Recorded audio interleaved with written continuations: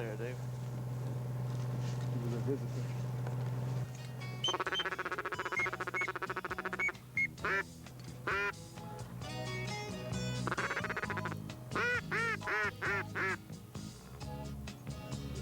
Ain't that pretty? You call them too good, kid. I know.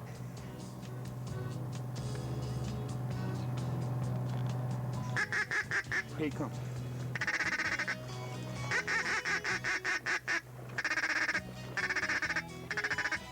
Get him.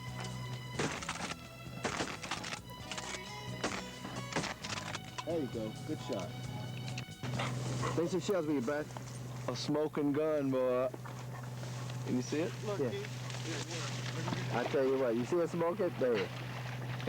Ah, Smoking gun, smoking ducks. oh yeah. You having a good time? I'm having no fun at all. You know? No, I'm sorry you woke me up this morning. That's a Primos. That's enough, I think. Primos.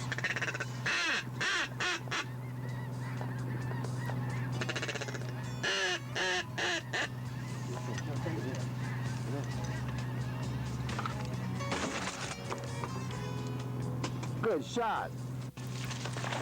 We called him. Boy, you Shot did. him. I'm telling you.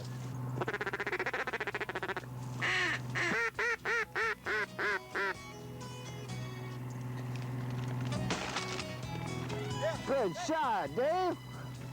Dave, that's you? That's me. Great shot.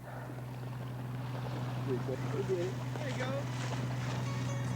Good boy, look at He that. dove under for that duck. Boy, he wanted that duck, didn't he? Good job. Good boy, Drake. Brett, you want to sell me your dog? Good dog, Drake. Oh, he's having fun now, isn't he? That was beautiful. Listen to the geese. Look at a cloud of geese over there. They'll be able to hear it on the camera, but it's almost deafening. Look at those two specks up there.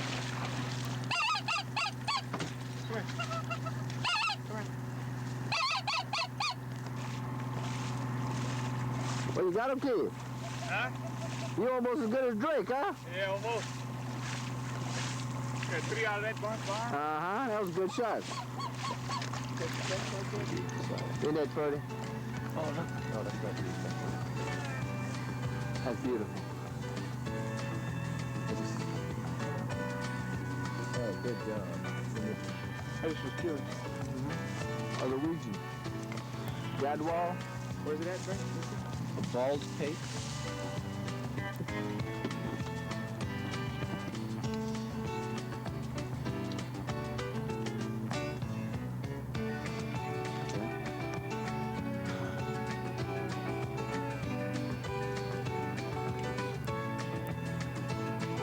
Oh, right for him.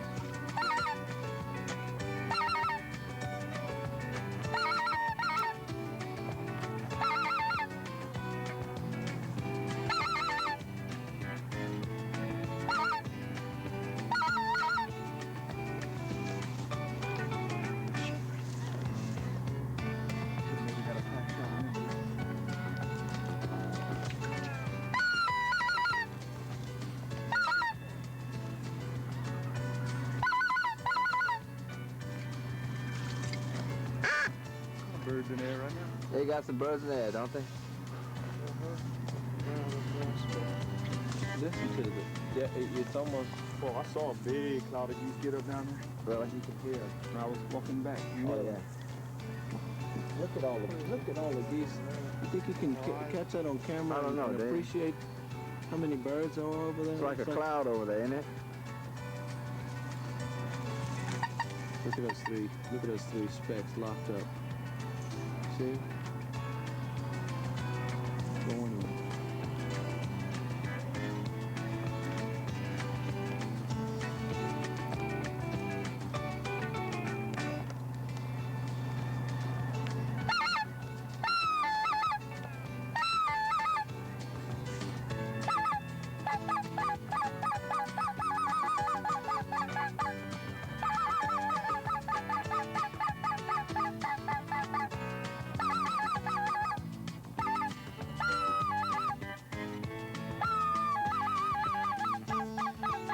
That's a bird, don't they, Dave? Look at this piece here. It's like blackbirds in a cane field. Mm-hmm. Sit. Think that's something. Sit. Sit. Sit. The sky is just full of geese. Sit. Come on this way, boys. You know, we might get a pass. Oh yeah, y'all put in those goose shells. We're gonna get some passing shots. If most of that bunch comes this way, we're gonna find us a little bunch and we're gonna shoot. We're gonna knock down something. It's too high. Click right here. Huh? Engage, bro. I'm telling you. Give me my gun. I'll show you. Give me the gun. You get a better shot than that. Nope, that's gonna be it. That's too high. I don't want to just cripple him,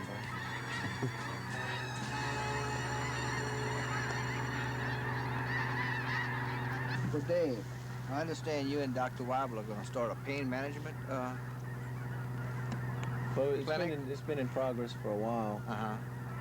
But we're just really kind of getting it up and running good. Look at those 3 specks right there. Right there, like. This back? Sit. Sit.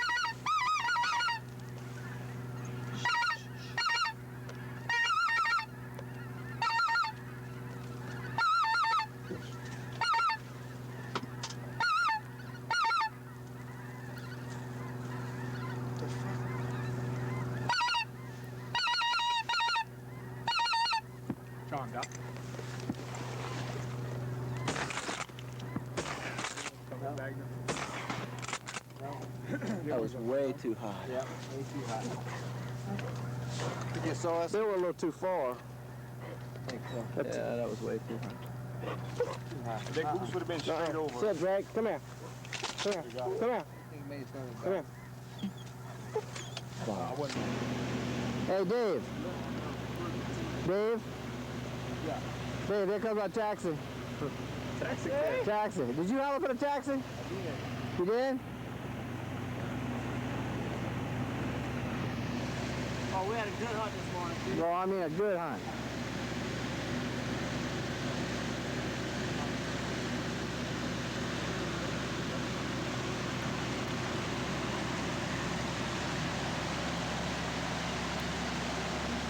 Did you hear us holler for a taxi? Taxi guys here. Grab Drake, Keith. Drake, come here, Drake. Reverse, heard all the way back. Just like a Regular reverse, yeah. just like a car.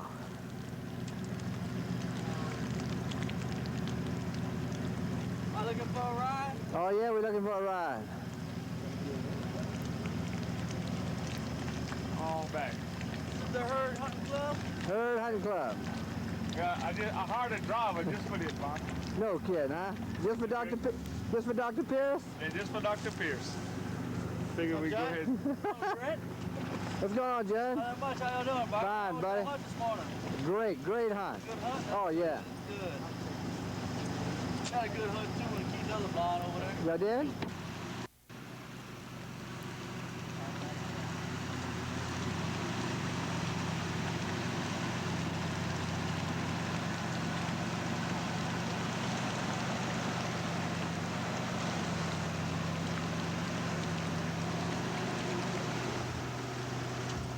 Well, we hope y'all enjoyed this week's episode of Acadiana Outdoors. We had a real good hunt this morning. We had a lot of fun.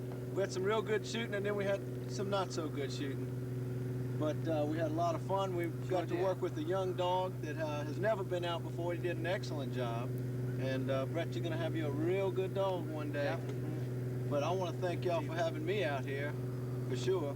It was a pleasure, Dave. I want you to know that. And of course, we want to thank Keith Hurd and Judd for coming out to get us. Right, Judd? That's it, man. All right. So until next week, we'll see you out there on Outdoors.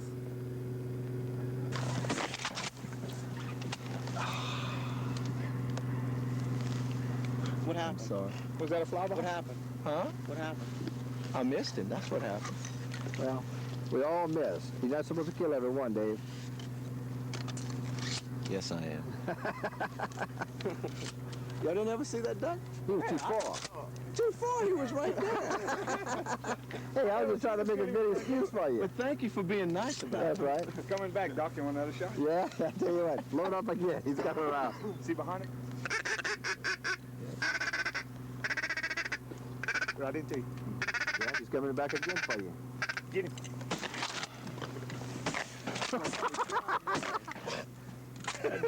I was gonna help you out that time. Dave, he's coming. Dave, he's coming back again. He might come back. I think that duck cost you $2. I think I shot behind him a little. Dave, the duck's coming back again. You're shooting a 10 gauge? You can't laugh at your buddies. That's right. Keith, Keith, is that duck coming back again? That I'm was, looking at. I still see him. that was 2 10 gauges. Shoot at. Yeah. What kind of duck was that, Keith? Teal. Bulletproof. Dave. We hope everyone has enjoyed this week's edition of the Acadiana Outdoor Show. Remember, whether you're on the water or in the woods, the role you play as a sportsman is how others see it. We hope everyone's next outdoor adventure is a good one, and don't forget, if you kill or catch something, that's a bonus.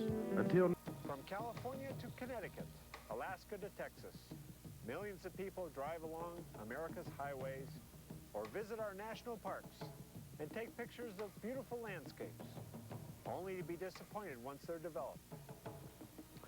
Hi, I'm Mike Sample. Taking pictures of landscapes is something anyone who has held a camera accomplished at shooting landscapes. 20 people can look at the same landscape and create 20 different photographs. Some of those images will be inevitably more or there is probably no best way to photograph a particular scene. I just try to find ways to express it more artistically. I'm always aware of various design elements: lines, color, form, space, perspective. I'll carefully survey the foreground, middle ground, and background of the scene and try to find the most compelling part of the image. It might involve the sky, the mountains, an unusual formation, or a river. This center of interest will give me a subject to build my photo around. It provides a strength to an otherwise ordinary composition. I then move into position to place that element in the part of the frame to best express the story I'm trying to tell. Probably the single most important element in photographing landscapes is light. Good light conditions can make an average composition into an interesting photograph. America is full of bold and beautiful vistas. By improving your techniques in photographing landscapes, you will create memorable photographs you will treasure for a lifetime.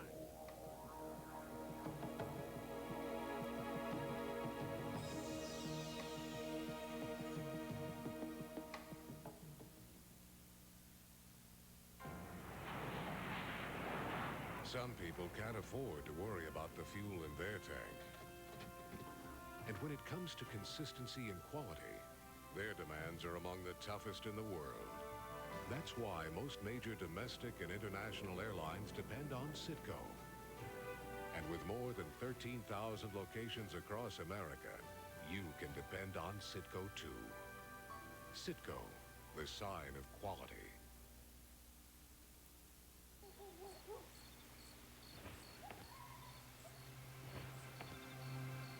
You're watching ESPN Outdoors. Coming up next, Jimmy Houston and his guest Rick Booten Tootin of the Seattle Seahawks. We'll show him how to get some kicks out on the Bass Lake. Coming up next on Jimmy Houston Outdoors. Come here, baby. Oh, yeah. Got that bad. Eat that little salt and slugger up, didn't you? Very big. Got a lot of pink hanging out of your mouth, though. Got a big chunk of bubble gum coming out of his mouth. You know, see, when a girl uses that color right there, yeah, she calls that pink. Like passionate pink or something like that. Oh, yeah. Hey, at least I found some grapefruit back there. I was told I could find Rick Tootin, NFL football player, and a bass fishing spot somewhere back in these grapefruit groves and orange groves. I hadn't found them yet, but I'm still looking. Help me find them right here on Jimmy Houston Outdoors. Jimmy Houston. Houston Outdoors, America's favorite fishing show, is brought to you by Delco Voyager batteries and chargers, durable and reliable. Ranger boats, still building legends one at a time. Strike King, world's #1 spinnerbait. Also by Rebel, Heddon, Cordell, Bomber, and Riverside, quality lures for fishermen throughout the world. And by Super Strong Berkley Trilene, America's #1 selling fishing line. What a great day we've got today. We're in sunny Florida, and I'm going to be fishing the Capron Trails Reservoir. Now, you may never have heard of that. I'm going to be fishing with Rootin' Tootin' Rick Tootin, the punter for the Seattle Seahawks. And I'm standing right here, and this is not Rick. Now, you don't punt football, do you? Not at all. This is Joe Strazula, and Joe owns the reservoir, Capron Trails Reservoir, and this is a unique situation. Now, this is a private reservoir, but anybody can fish it. It's, you know, it's in the middle of orange grove and grapefruit groves. We've got grapefruit trees and orange trees all around it. And Joe, what are you doing here with these reservoirs? You've got 2 or 3 of them here on your property, and you're really building up for good bass fishing. Well, the purpose of the reservoirs is part of our water management system for the grove operation. Irrigate the trees. And the whole development. And our ultimate plan now, since we met John Fox, was to put in a kind of a bass fishing operation here. Kind of a bass fishing bonanza is what it's going to end up being, I can tell you that.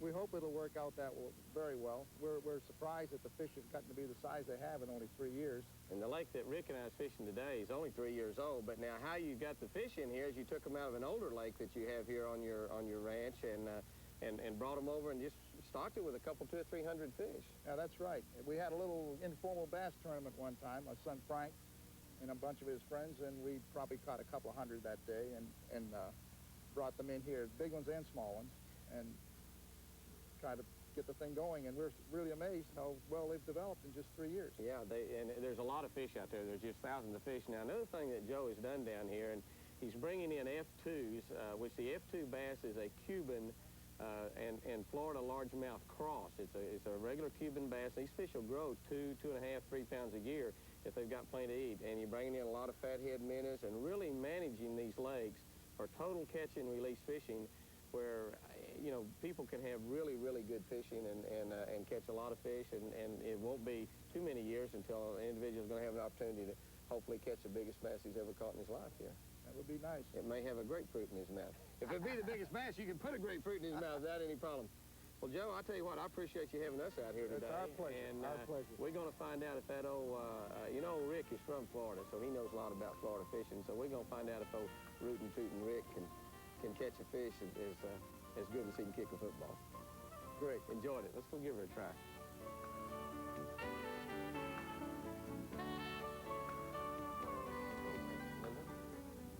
There's a baby one, Rick. Get him in the boat. Get him in the boat. Trying to let him get away down there. That's the bad part about the, even when you get a little one on these kind of hooks, he usually stays buttoned up. How close could you hold him to the camera and make him look decent? It'd be tough. Keep on moving him in. Grow up, sugar. Thing about this place, all catch and release, those fish won't ever see a skillet. Nope. Oh, there's another one. It's a good thing, too, because he was about frying pants. A little bit better one there. That's a little bit better one there. Yeah. Rattling hot spot. What we got right here, you know, this lake is a lake where they just move the water in and out. Listen, that thing rattled, will you? They just move the water in and out here. And this is where the water's coming back in. It's coming out of a canal that's going around that orange grove, and the water comes in, and then, of course, they've got some places which we'll look at after a while that the water goes out. You know one of the reasons I kiss these fish, Rick? Why is that? Well, that way you can tell if they're a male or a female. How's that? Well, you know, if you get ready to kiss one like that, yeah. If it's a female, they'll pucker up. If it's a male, they pucker after you kiss them. This is a little female. Sugar. Goodbye, baby. I'm afraid to throw. Every throw, I'm afraid to throw. I think I'll throw again anyway. This is the kind of place anywhere you can find it. I don't care if it's on this type of lake or anywhere. You can find a place where water's running in. It doesn't matter, a rain, a runoff, a river, a stream, any place where water's running in, there's going to be fish to be caught. Oh, there he is. Oh, yeah. Hello, Fishy. What were you doing, getting in a feeling contest with him there, Rick? That's right. Huh? What is this? Oh, he's a fighter now. Yeah, that's a good little He's fish. not big, but he's a fighter. A little feeling contest with that fish. Are you there? Are you there? I'm here, Rick. Set the hook. Are you there? Are you there? Set the hook. Set the hook. Like those pro basketball players wait for the camera flashes to go off where they go ahead and dunk it. You know, they just kind of hang in the air and wait. Ta-da! Are you one of those guys that jerks the helmet off every time you make a good punt? That's a good fish. Kiss it. See if it's a girl or a boy. He's about what, a pound? At least. Oh, he might be 8. He might be 8. Now go back and tell your grandpa, or better yet, your grandma. Yeah, get your grandma over here, Amos. What about kicking in a Super Bowl? Didn't you get to do that a couple of times? Oh yeah, fun. I was only problem was when I did it, I was a member of the Buffalo Bills, so you know how that went. Well, you know. But everybody gets on Buffalo. You know, I've got a friend of mine, you know him, you fish with him, in fact, Cornelius Bennett. Oh, yeah. That plays for Buffalo, and everybody's always on Buffalo, but a lot of them like to be playing that day instead of watching it on TV. At least you got that to right. suit up. Heck yeah. I mean, that's what's bad. They judge a team because of one game. Yeah. I mean, there were 19 other games that they had to go through to get there. I mean, if you can judge a team, a 20-game season on one game, that's a bunch of bull. Oh, yeah. Little guy. Little guy chewing bubble gum. Little guy. They're not very big, but I think we finally found out what they're biting a little bit. Rick and I have been having a little trouble getting these fish biting. We've tried a lot of different things. I caught a few on a hot spot, a few on old power tube, but we really hadn't found anything that's been really red hot. This might be the deal. I hadn't thrown this in just a few minutes, and it seems to really be the ticket so far, anyway. I just made a few throws with it. And I caught a couple, 2 or 3 fish, and missed a couple, 2 or 3 fish. Come here, baby. Oh, yeah. Jumped up there and ate that little salty slugger up, didn't he? Not very big. Got a lot of pink hanging out of your mouth, though, Got a big chunk of bubble gum coming out of his mouth. Where you going, huh? Where you going? He says, I'm leaving you, Jimmy. I'm leaving you. I love it the way that worm slides up that line like that. Now you see the way he's hooked. Now that's 2 or 3 of them I've hooked like that. That means that they're biting it wrong right there. When you hook them in an underneath lip like that, you're supposed to hook them up in the top. You got one in yours too? He popped. He let go. You drop it? Right in the same place. But see, they've been biting it down underneath. That's why we've been losing so many of them. I'll let it drift up here in the grass.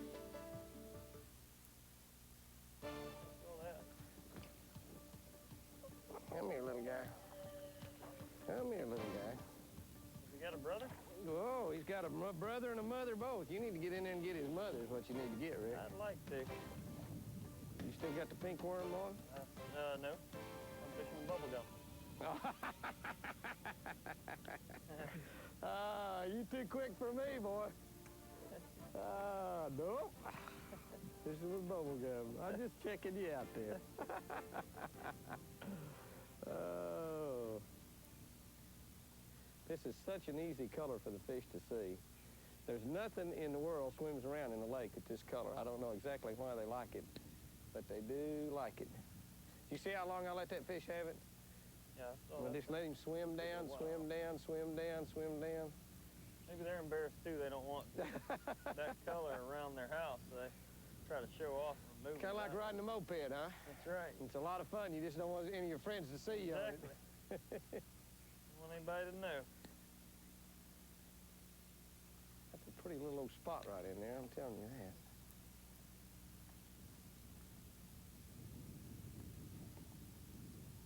There you go. You got him, bud? That actually I looks like waited about an hour. Pull that drag out. Huh? He's pulling a little drag. Get away from that motor. There? Get back there. Get away from the motor. Get back there and eat that motor off. He ate that thing good. And I still barely got him. You give him a little time, didn't you? I waited as long as I could stand it. As long as you could stand it? I let him go to the middle of the lake because he got there in a hurry, though. When they grab it, they take off pretty fast. Now, if they run real fast, a lot of times that means that there's some other fish right in the same area. Well, and So what I'll do is I'll go back there and hold that spot for you. I till you can appreciate get your that. bait back in there. I appreciate it. Just in case there's some more back in that area. Just kind of bait them up and keep them in there for me. I figured you need a little help. What's a friend for? Help you catch them.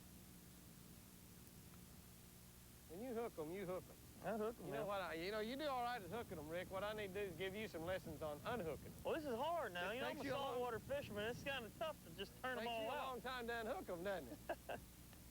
Hey, All let right, me ask you Fishy. something. Now they're growing. They're growing now. Let me ask you something. Everybody says that the kickers have got the easiest job in all of football. I mean, all y'all do is just run out there every now and then, kick the ball. And, of That's course, it. if your offense is doing good, you don't even have to do anything. You just say, nice going, guys. Exactly. Run out and hold the extra point. That's nice. That is a good job. How isn't it? much do you really work at it, though? I mean, what all do you have? What does a kicker have to do besides just go out there and punt every Besides now and then? putting up with all the garbage we hear about being a kicker? Same kind of stuff I'm giving you right now, huh? Yeah. Well, besides that. All right, here's your chance. Here's your chance. I'm giving you plenty of time to respond to all the critics, that all the bull that you get by just, just goofing off, run out there and kick every now and then. Other than that, just go to pay window every 2 weeks. Here's your chance to finish up. What do you do to really, really earn a spot that's tough? Well, I'm not going to pretend that I'm the same kind of football player that a linebacker or offensive lineman or somebody like that is. You're kind of built like a linebacker, though. Well, I try. I take a lot of pride in trying to. I like to consider myself, instead of a kicker, an athlete who happens to kick the ball. Okay. Now, I don't think many of my teammates will buy that. Hey, I'll buy it. Sounds good to me. But I thought I'd throw it out anyway, take a chance. But, they get on us pretty good bit, and it's funny. On Saturday, on our easy day, warming up for the game, everybody wants to be a kicker. You see offensive linemen, got a bunch of 300-pound place kickers and punters out there. But it gets to be Sunday afternoon, and I'm standing about 9.5, 10 yards deep in the end zone. You don't see any of them volunteering to take my place. So, we've got our part. We do our thing. What about in the off season like this? I mean, because we're working out right here. Oh yeah, I'm getting, I mean, all these hundreds and hundreds of fish we're catching today. And I can't help it if all of them didn't make the video, but gosh, I mean, we're getting worn out catching fish, and that's a good workout in itself. But I hit it at least 4 days a week during the off season, and don't punt that much, in the off season. Save my leg up for next year till it gets a little closer. But before y'all go to camp, will you punt like a couple weeks before you go to camp? Yeah, I'll hit it 3 about weeks or something? kind of work my way into it. It's funny. It's like starting over every year. It's kind of like a deer.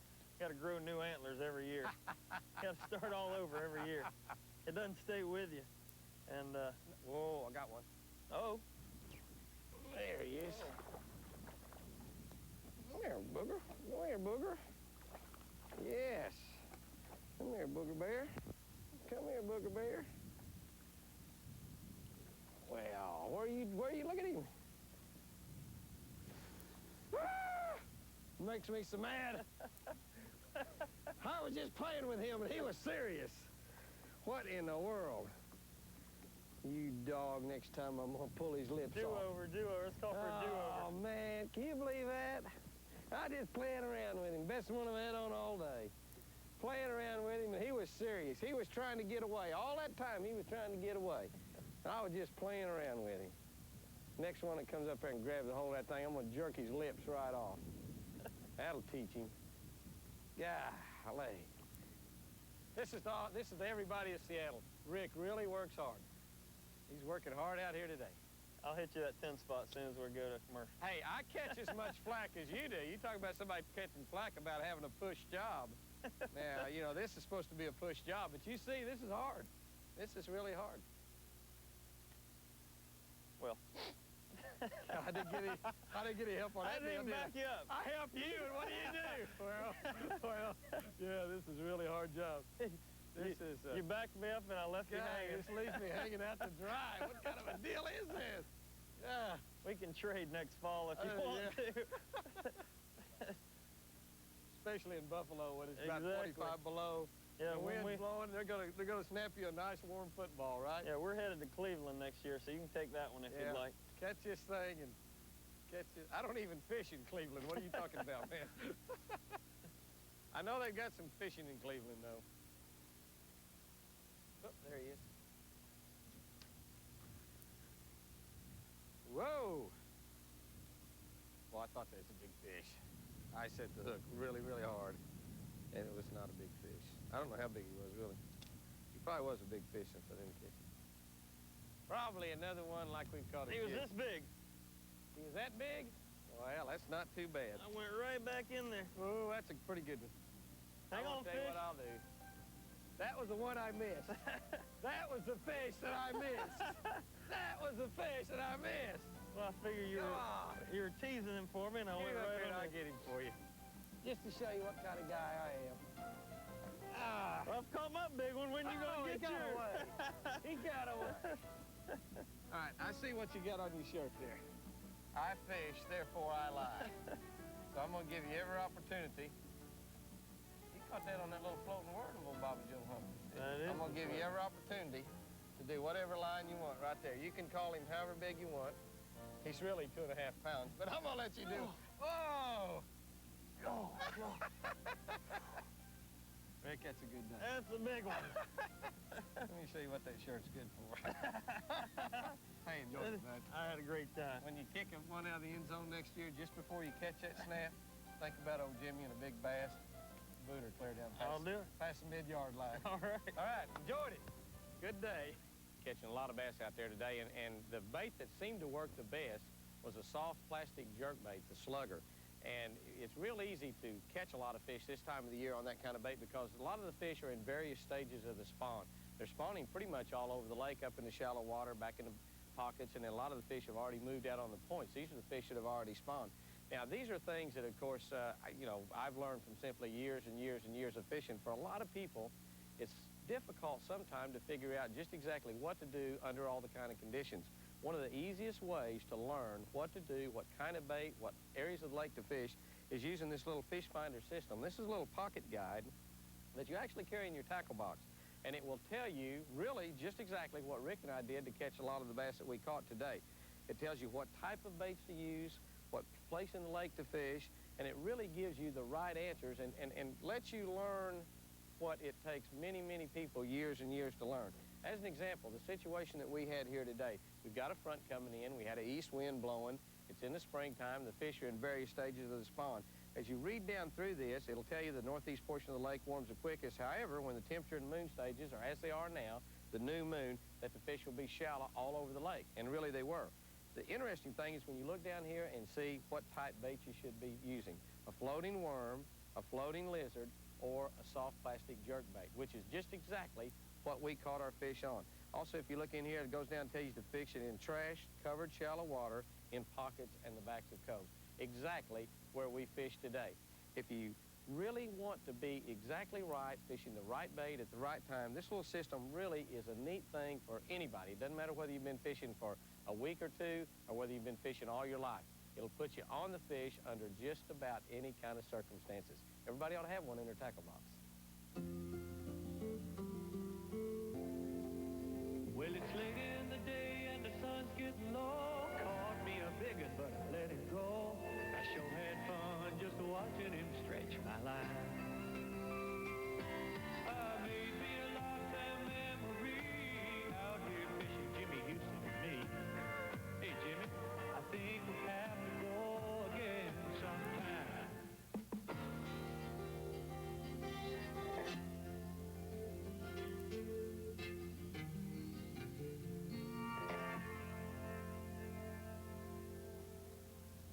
That's Jimmy Houston Outdoors for this week. You're watching ESPN Outdoors. Hope you're enjoying it. We got a lot more to come in just a moment or two. Dave Goodhart is going to take us high into the Colorado Rockies for Fly Fishing America. But first, for you bait fishermen, especially you purists, catching your own bait is often a part of the process. Coming up next, Master Guide Jose Wahebi is going to show us the right way to do it. Watch.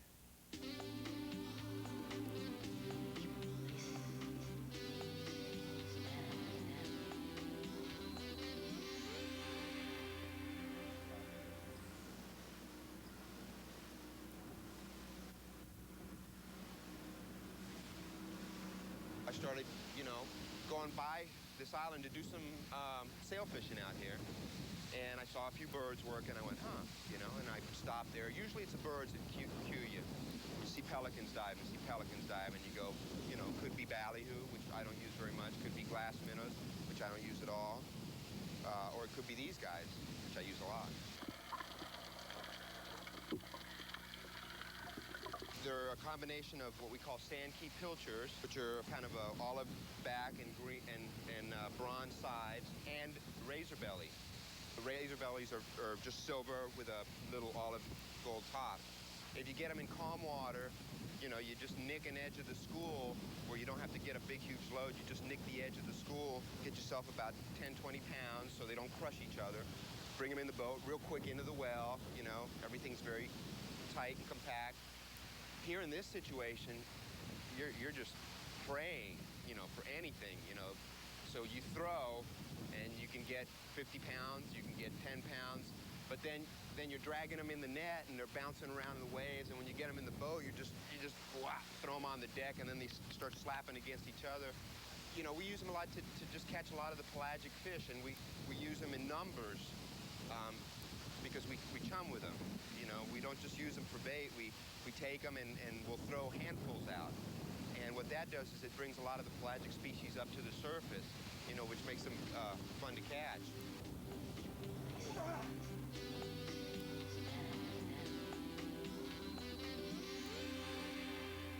This is ESPN Outdoors. Coming up next, our friend Dave Goodhart has found an out-of-the-way place in the Colorado Rockies, the Ute Trail Ranch. It's situated on the Tarryall River, and there you can catch rainbows, browns, even northern pike. We'll visit next on Fly Fishing America.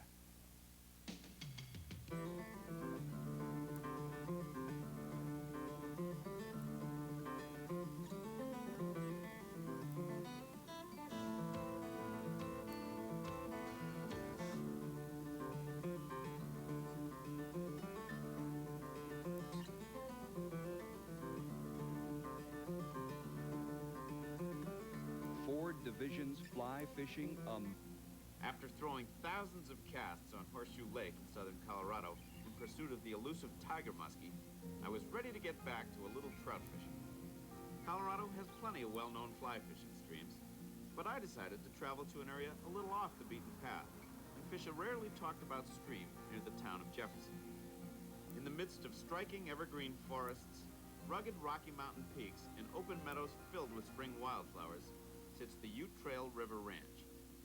Deborah Baxter and Jim Fagerstrom have 8 rustic log cabins that sit on the banks of the Tarryall River in one of the most beautiful settings I've ever seen. There's a peaceful feeling high in the Rocky Mountains, a feeling of times that were much slower and simpler. Jim told me that Tarryall is primarily a brown trout fishery, with a few rainbow and brook trout. A nearby beaver pond has a few northern pike that have come down the river from Tarryall Reservoir. We were up early and decided to get in some fishing before breakfast. You have quite a few pike. And, you know, we've got those 6-pounders last year. That was the biggest I've seen. Yeah.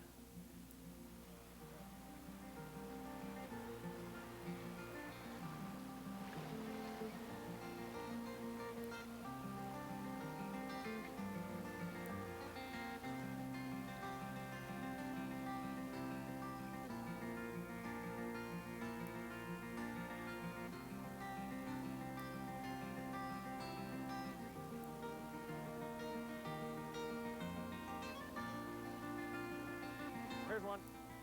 Yeah. Oh, he's a pretty nice one, too. Crapper.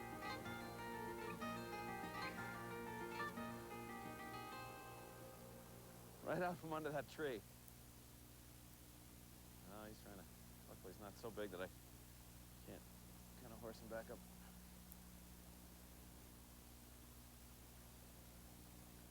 Oh, he took that little midge. Oh, that's a real pretty fish. Look at that. Just took that, look at the spots on that guy. Took that little midge. Come on, bud. Sometimes when you turn him upside down, you don't flip so much.